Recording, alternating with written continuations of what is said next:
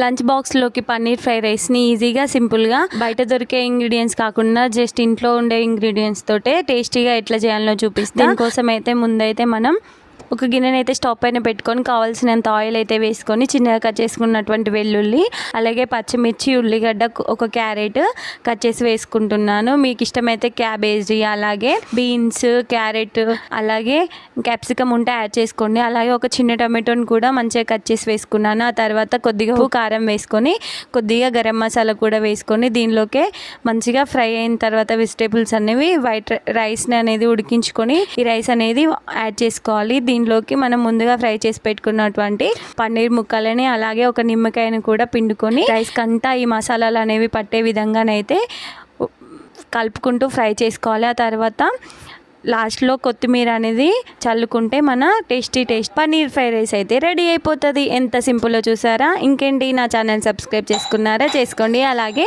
నా వీడియోకి అయితే ఒక లైక్ చేయండి. మీరు ఇచ్చే లైక్ వల్ల నా వీడియో అనేది ఇంకా కొంతమందికి రీచ్ అవుతుంది. Thank you for watching. Bye bye.